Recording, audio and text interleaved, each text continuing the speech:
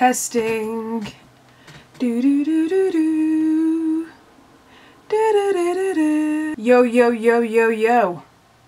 Yo. So today I'm going to be doing a review on the Midnight Lace synthetic brush set by Sedona Lace, and you're probably thinking, another Sedona Lace brush review? Yes, another Sedona Lace brush review, because my love for this brand is ridiculous. Like, it's ridiculous. And I'm not even being paid to say this, I'm being like, you know, 100% truthful. And ever since using their brushes, I haven't even bothered really to use a lot of my other brushes. Like, I still go back and forth, but these are my favourite. These brushes, whew.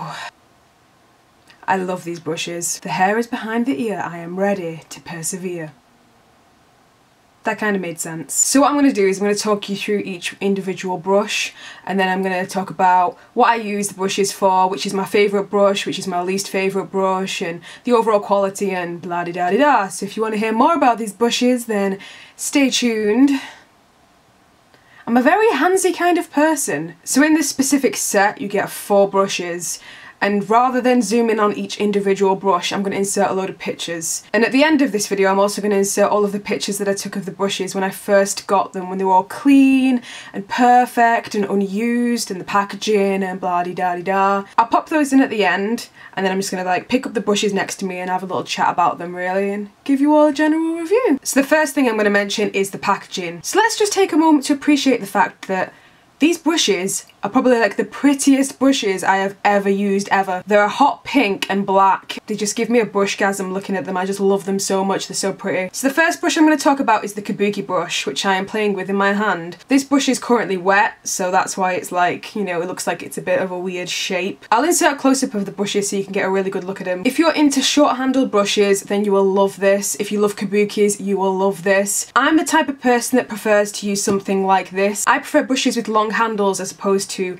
short handled brushes, but I can understand why a lot of people would prefer to have brushes like this, because these brushes tend to be pretty good for powder, contouring, overall multi-purpose brush, and this is the kind of thing you can pop in your handbag, as opposed to many people don't like popping these kind of things in their handbag. I'm the type of person that'll just throw this in my handbag, but I know a lot more people would prefer to throw this in there, and Kabukis are multi-purpose. You can use this for pretty much buffing out blush, powder. If you press it like this, you can contour with it. A lot of people do that. It's suitable for foundation application, bronzer, and all that jazz, and it's really easily moldable. The other 3 brushes have like a velvety handle, whereas this one's got more of a plastic handle, but I find that helps with the grip. This is really, really good for mineral makeup as well, like a lot of Kabuki brushes. Out of all 4 of them, this is my least favourite because I'm not really that much of a Kabuki person. I'm more of a long-handled type of girl. That's what she said. But if you're into Kabuki brushes, then you will absolutely love this because the quality of it is absolutely fab. This brush reminds me a lot of the Eco Tools Kabuki brush that I lost some time ago, and this is the only Kabuki brush that I own now. I've got this one,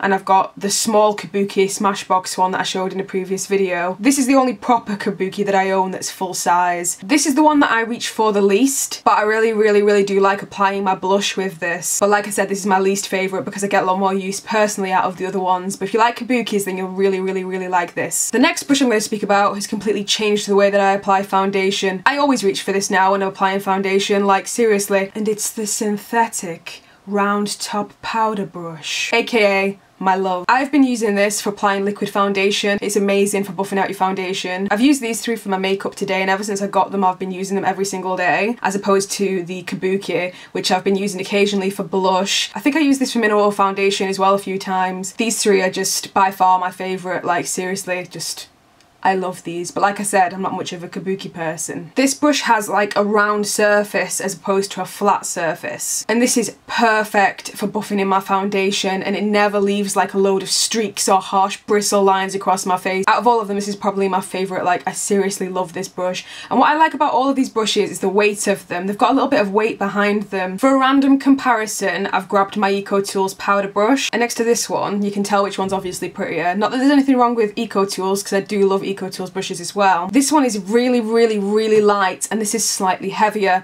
Now, I prefer something that's got a bit of a grip and a little bit of weight to it when I'm applying my foundation. I feel as though the outcome is more precise and less flimsy. When you use something that's slightly lighter, which some people prefer, but I personally prefer something with a little bit of weight, you can end up packing on a bit too much because you get a little bit cocky with how light it is. But I found that with this, because it's heavier, you're less likely to apply like a load, and that's what I've learned from my own makeup application. I don't know if other people are like me or not, not, but that's what I'm like. Best foundation brush I have ever used, and the finish you get with this is 10 times better than the finish you would get from a brush like this. Rather than use this brush to just kind of be like blah blah blah blah blah, what I'll do is I'll squirt out a little bit of foundation onto my hand, and then I'll dot it around my face, blah blah blah blah blah, you know, on my neck, whatever, blah blah blah, and I'll go in with this and I'll blend it in a buffing motion as opposed to just being like blah blah blah blah blah. You should apply your foundation with this at least once in your life because it's an amazing brush. I can't vouch for it enough. Changed everything.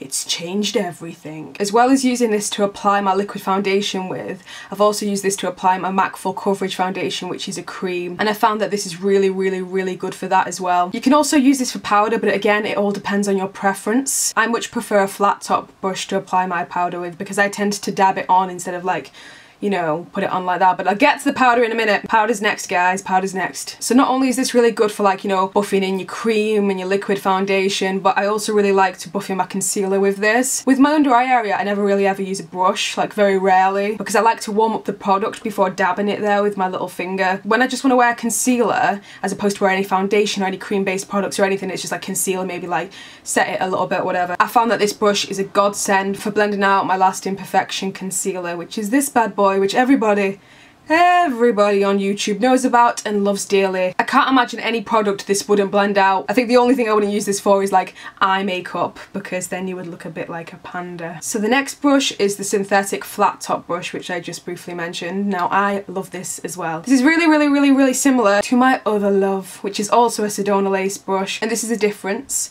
Obviously this one's got a larger handle. This is also a lot lighter, this is a little bit heavier, and obviously the brushes are different too. I've noticed that if I want a light coverage of powder to set my makeup with, this is better, and if I want a slightly heavier coverage, then this one is better. So I've been alternating between these two. When I've applied my foundation, I'll go in with this and I'll just set it kind of like this. I won't go like this. I always do this, like always. Very rarely I'll do that. Like sometimes, occasionally, depending on the brush that I'm using, I may dust powder, but I'm definitely more of a pressing in the powder kind of girl, if that makes sense.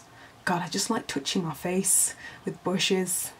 This is also really good to contour with, add blush, highlighter, whatever. It is really all about personal preference when it comes to brushes, guys. Like, I can sit here and tell you that this is for this and this is for that, but it all comes down to you and what you're comfortable with, like when it comes to like whatever brush we're talking about. And the last brush I'm going to speak about is this bad boy. Now this is a synthetic angled top powder brush. You could just take one look at the shape of this brush and you probably already know what I do with it. I'll use this to contour my face. Two brushes I really like to contour my face with is this Real Techniques brush, which is like really good for like highlighter and blush and things like that, but it's also a lot smaller. This huge Sedona lace fan brush, and now this one. But I found that like ever since I got this, I don't really use these two as much, but I kind of bounce between all three of them when it comes to contouring my face. And what I like about both of these brushes is they don't give you like a massive horrible brown stain when you're trying to contour. It is really effortless. A lot of people will complain they don't want to contour with a fan brush.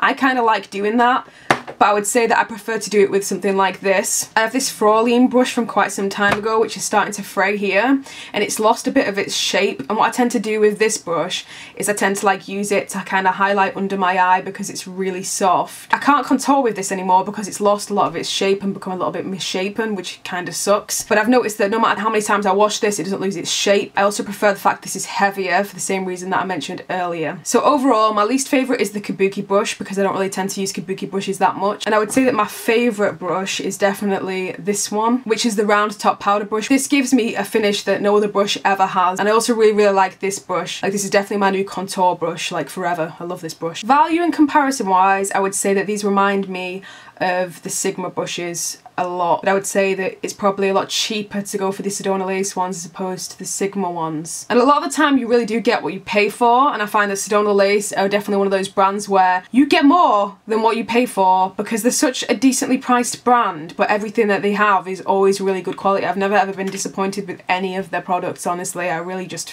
I haven't, and that's why I just continue to carry on speaking about them on my channel as well, because I love this brand. I really do. I can't tell you enough how much I love this brand. So that's all I've really got to say on these brushes. If you get a chance to check them out, then check them out. If you've got any questions on these brushes, then feel free to like leave a comment down below and I'll try and get back to as many people as I can. A lot of the time I really do struggle to reply to every single comment, but I'll try and reply to as many as I possibly can. And I hope this review was helpful to someone out there, somewhere. And to get $4 off, type in Jingleheartart. And I'll write that here somewhere with the power of editing. Bye!